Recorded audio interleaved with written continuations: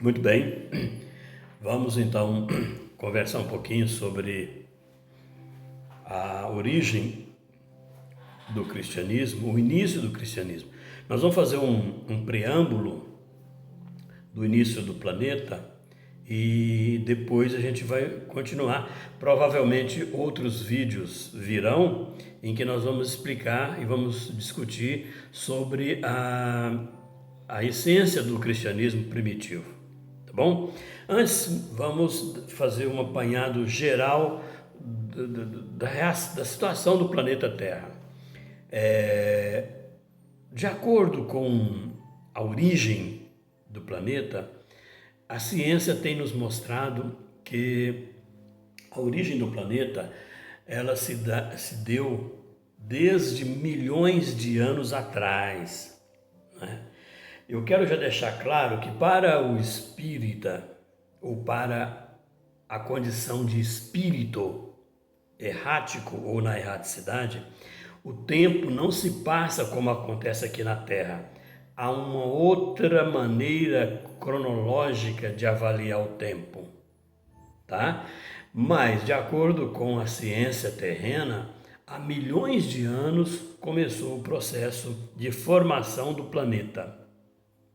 Inicialmente, segundo a ciência, né, ocorreu aqui no planeta os coacervados, chamado coacervados marinhos. Não tinha ainda uma separação de terra, mar, os continentes, ainda era vamos dizer assim, um misturado, né, de moléculas de proteína no meio de água. E essas moléculas proteicas, elas viviam nessa sopa, né, vamos dizer assim, no meio da água do planeta. E aí, essas proteínas, essas moléculas proteicas, a proteína era composta de nitrogênio, composta de enxofre, de hidrogênio, de carbono, outras substâncias, outros átomos podem compor essa molécula, né? E essa molécula vivia ali. É bom que se diga o seguinte: a base da vida é a proteína, né? Da vida terrena é proteína. Então, inicialmente, viveu aqui no planeta esses coacervados, essa miscelânea de proteína e água. Depois de alguns milhões de anos, apareceram os primeiros seres vivos, que nada mais são do que as bactérias. Os primeiros seres vivos chegaram, que são as bactérias. A bactéria ela é composta de um núcleo, de um citoplasma e uma parede celular. É um indivíduo, é uma unidade, é uma célula. E essa célula tem vida, ela se desenvolve. As organelas, os componentes de dentro das células se comunicam, se dividem, gastam energia e vivem, né? Tem um núcleo, tem cromossoma, tem DNA, é um vivo, é um ser vivo, né? E por milhares e milhões de anos viveram as bactérias já com o planeta um pouco evoluído, um pouco melhor, ao invés de viver só com aqueles coacervados proteicos e água, já tinha bactéria. A partir das bactérias, depois de alguns milhões de anos, surgiram os primeiros animais. São os primeiros animais, entre aspas, unicelulares, como por exemplo as amebas. Já não são mais do reino vegetal como bactéria, já é do reino animal, né?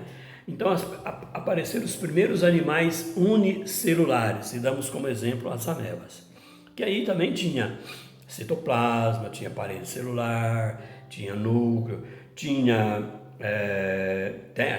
tem, né, cromossoma, DNA, né? Então essas primeiras vidas passaram a viver por milhões de anos. Após milhões de anos, surgiram os multicelulares, com 2, 3, com milhares, milhões, trilhões de células.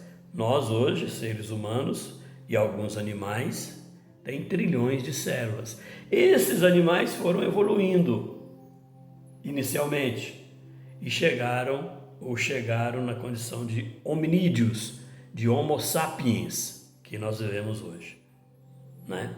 Então, o Livro dos Espíritos diz no item 45 que nessa época os espíritos já estavam em estado fluido, já faziam parte do fluido universal, e aí já tinha vamos dizer assim, um preâmbulo do fluido vital.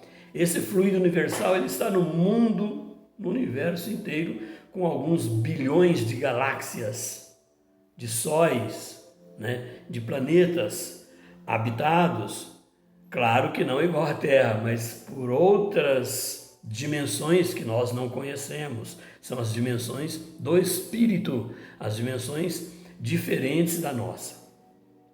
Então, nesse item 45 já diz que já estavam ali, os espíritos já estavam compondo o fluido universal, no espaço, no universo, né?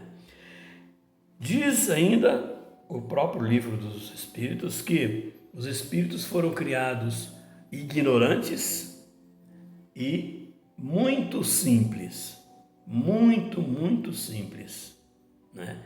A partir dessa simplicidade, dessa ignorância, os espíritos foram evoluindo, foram melhorando, foram crescendo, foram desenvolvendo, né? Então, a partir daí, chegou-se até nós.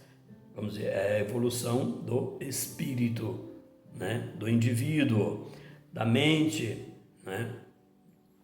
Então, os espíritos ainda diz no Livro dos Espíritos que eles foram criados simples e ignorantes, e os espíritos fizeram um estágio no reino animal, no reino vegetal, e depois ganharam razão em nós, né? Então esse processo foi processo evolucionista, né? A partir daí entendemos uma ligação com a teoria espírita com a ciência, né? Porque tudo isso está relacionado com a questão sinérgica da energia, né? Essa energia que tem entre átomos e moléculas é que fizeram os primeiros coacervados, que fizeram as primeiras bactérias, os primeiros animais unicelulares, os multicelulares e nós, né? Então, esse espírito, ele foi evoluindo, obviamente criando essa energia, esse fluido universal, né? Porque para que um átomo seja aproximado com o outro e se una, forma uma molécula, tem que ter uma energia. E essa energia é que vai doar capacidade de algum ser se desenvolver. Então, o ser humano foi desenvolvendo, o animal foi desenvolvendo, melhor dizendo, até ganhar razão. Quando ganha razão, é o homem, o ser humano, homem ou mulher, claro, eu falo homem, mas generalizando, né? E aí, então, esse ser humano que tem razão adquire uma coisa fantástica chamada livre-arbítrio. Então, o livre-arbítrio, ele está ligado à razão. O animal irracional não tem livre-arbítrio, ele tem instinto, não é? Nós, humanos, nós temos o livre-arbítrio. Ainda, a gente pode dizer o seguinte, que o Emmanuel, no livro O Consolador, na questão 7 e 9, diz o seguinte: o mineral é uma atração molecular ou atômica entre átomos e moléculas, é uma atração. O vegetal já tem uma sensação, além da atração, tem uma sensação. Por exemplo, o vegetal ele tem uma sensação de luminosidade, de escuridão, de calor, de frio. de corrente elétrica. O mineral sente, o vegetal sente, ele tem essa sensação. Então, a partir daí, do mineral, só uma atração, teve uma sensação. A planta, o vegetal, ele tem isso. Ele é multicelular, claro. Cada planta, cada árvore tem bilhões, né, às vezes trilhões de células. E aí ele começa a perceber, a ter sensação da vida vegetal. Depois, quando da chegada do animal multicelular, né, apareceu o instinto, né? Então, se você olha qualquer animal, alguns parece até que tem inteligência, na verdade eles têm instinto, eles ainda não raciocinam, eles não têm razão, obviamente que não têm livre-arbítrio. Quando o animal vai evoluindo, vai crescendo, vai melhorando, dentro da evolução natural da vida animal, da vida do ser vivo animal, ele chega a um momento, começa a raciocinar. Aí ele tem razão, aí surge o homem. Inicialmente, um raciocínio muito rudimentar dos homens pré-históricos, da Idade da Pedra, dos Neandertais, e vai por aí. A história vai mostrando essas sociedades de homens que têm uma razão muito rude, muito rudimentar. E esse homem, com essa razão rudimentar, vai adquirindo uma razão mais evoluída, porque já tem livre-arbítrio, ele já opta para estudar, para evoluir, para crescer, ele já raciocina, e aí o homem adquire uma razão mais avançada, né? E hoje nós temos a ciência, temos os filósofos, temos os grandes pensadores, a inteligência, não é? E essa inteligência ou essa razão deixa o homem na situação que se encontra. A partir daí, diz o Emmanuel, o quinto estágio seria o anjo, que é a divindade, que nada mais são do que os espíritos altamente avançados, evoluídos, que estão noutro nível de evolução. E eles podem estar aqui na Terra, sim, como podem também estar no outro plano. Às vezes estão aqui na Terra na forma espiritual. E alguns, claro, com raríssimas exceções, estão aqui encarnados, né?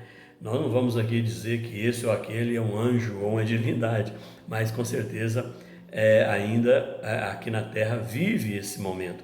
Até porque a Terra, como sendo um país de provas, de expiação, no sentido de melhorar, de que essa razão evolua até chegar à divindade, esse planeta está mudando, ele está passando de um período de provas, de expiações, para chegar num processo ou num nível de regeneração, para depois chegar na divindade, né? Então esse processo, obviamente, que está em processo evolutivo. E digo mais, o Espiritismo ou a doutrina espírita não admite um retrocesso, não admite um recuo.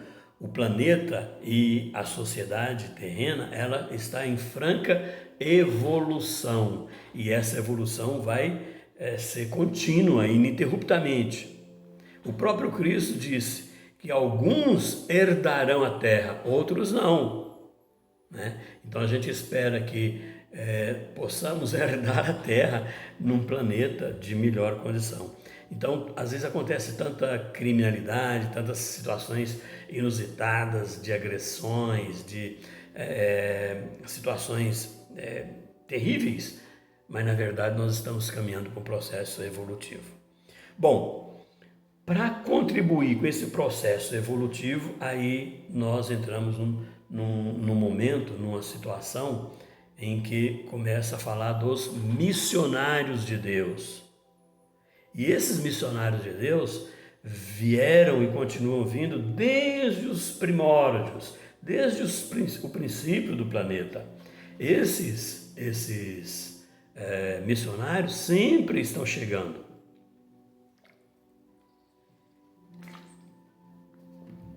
Eles chegam aqui na Terra, ficam um período aqui na Terra e voltam para o plano espiritual. Depois voltam, né?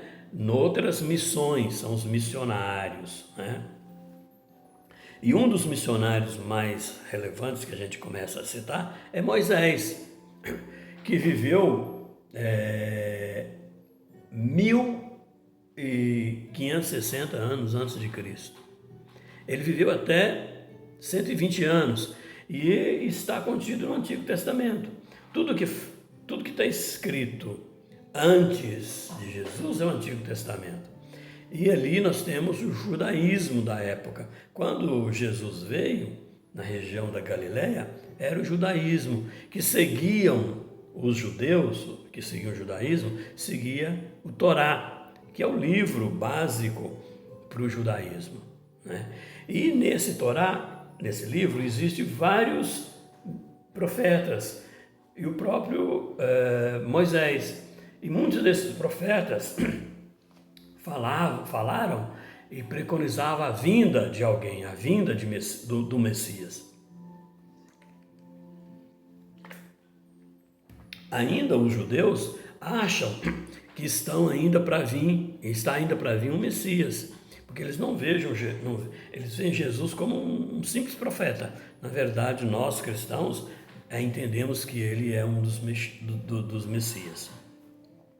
Aí, há 2023 anos atrás, né, chegou Jesus. Junto com Jesus veio também um profeta chamado João Batista.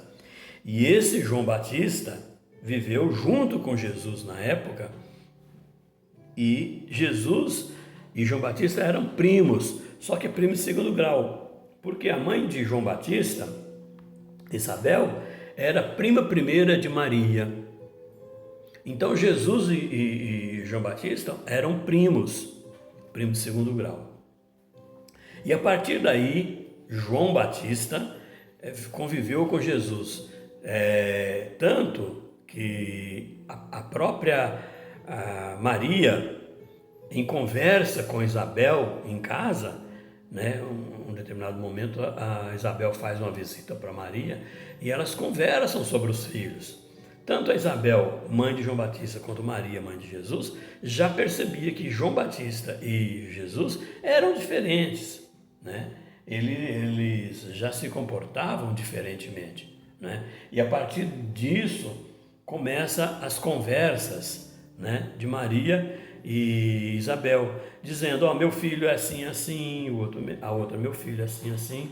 João Batista, logo depois de uma certa idade, ele se afasta de casa e vai trabalhar as ideias do profeta João Batista, difundindo ideias semelhantes com a de Jesus, porque os dois pensavam iguais, né? E João Batista disse que viria o Messias, né? E teve uma passagem que João Batista disse até que o Messias já estava entre o povo, entre nós, vamos dizer, entre a comunidade, né?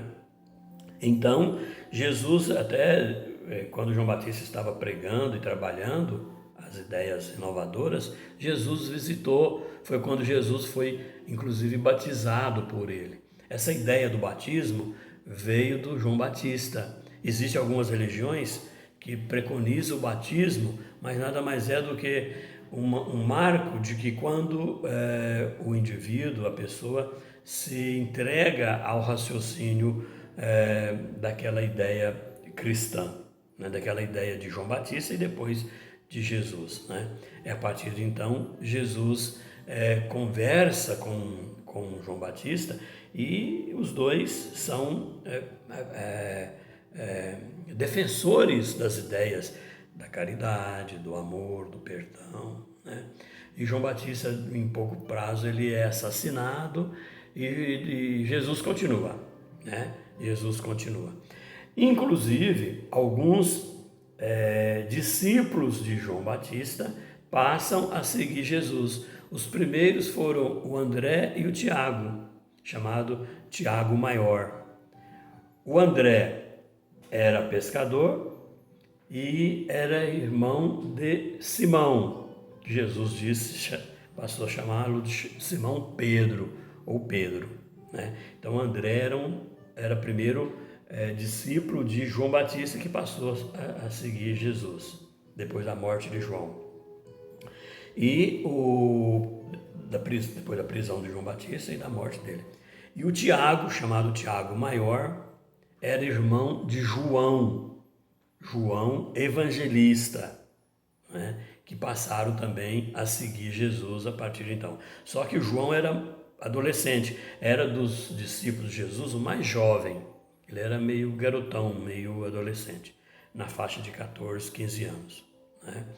E a partir daí vieram outros discípulos, como por exemplo Levi, que passou a se chamar Mateus, inclusive foi o primeiro evangelista, o primeiro a escrever o Evangelho de Jesus. Ele viveu junto com Jesus na época, né? Ele conviveu com Jesus, né? O Levi, o Mateus, ele era um trabalhador do Império Romano e ele vivia na região da Judéia e ele era responsável para arrecadar impostos para mandar para Roma. Só que a partir do contato com Jesus, ele larga isso e passa a conviver com Jesus, e aí ele escreve o primeiro evangelho da Bíblia aí, que a gente conhece, que é o Evangelho de Mateus, né? Bom, aí a partir daí vão se formando outros discípulos, inclusive um chamado Tiago Menor. Esse Tiago Menor, ele vem escrito como sendo irmão de Jesus. Pode ser que ele seja o irmão de Jesus por parte de pai, porque o José já era viúvo e já tinha outros filhos e filhas, né? Então veio esse irmão, escrito como sendo irmão de Jesus, mas poderia ser também um parente próximo. Na verdade, todo mundo ali era muito próximos, né? E passaram a crescer os discípulos até ter os 12 discípulos de Jesus, que continuaram depois como apóstolos, discípulos enquanto Jesus estava vivo, e depois continuaram como apóstolos de Jesus. E nessa vida continuaram a desenvolver e a difundir a ideia do Cristo. E essa ideia do Cristo foi crescendo. Hoje o cristianismo chegou para todos os recantos do mundo. Em qualquer lugar que você vai, conhece as ideias a filosofia do Cristo Jesus. O Espiritismo é, antes de tudo, cristão. Nós temos como bandeira principal de modelo, de exemplo do Cristo. E Cristo é, por todos nós, como se fosse o construtor, o governador, o criador do planeta. E agora ele continua. Esperamos que esses ensinamentos sejam renovados. E como? São renovados a todos os dias pelos estudos, pelas avaliações da história e pela aplicação daquelas máximas do Cristo no dia a dia. Esperamos que isso vai mudar o rumo do planeta, porque nós sabemos que o planeta Terra vai sair desse mundo de provas e expiações e vai chegar a um mundo de regeneração, onde vai ter menos crime, onde vai ter mais fraternidade, onde vai ter mais amor, onde a caridade vai ser irrestrita. Então a gente espera tudo isso para o futuro. E esse futuro só será criado, só será formado, só será finalmente estabelecido com a nossa razão, com a nossa função, com a nossa mente cada vez mais fraterna, mais unida, fazendo com que experimentemos o verdadeiro sentimento de amor mesmo. Essa palavra denominada amor, ela ainda não é tão ainda exercida, porque muitas vezes ao amar nós ainda carregamos os ranços do egoísmo, da vaidade e do materialismo, porque nós ainda supervalorizamos as coisas materiais e nós sabemos que não é por aí. O próprio Cristo disse: meus filhos, o reino de Deus, a verdadeira vida não é essa, é uma outra vida. Tanto é que os cristãos da época, aliás, os romanos da época, ao avaliar a ideia cristã, eles achavam estranho. Como vai criar um outro reino? O reino é romano, o reino é de Roma, é do imperador. Só que Cristo não falava desse reino, falava de um outro reino, de um outro governo da verdadeira vida que é a verdadeira vida espiritual. Por isso Jesus falou de ressuscitar, que os mortos ressuscitarão. De que maneira? Revivendo, renascendo no outro mundo.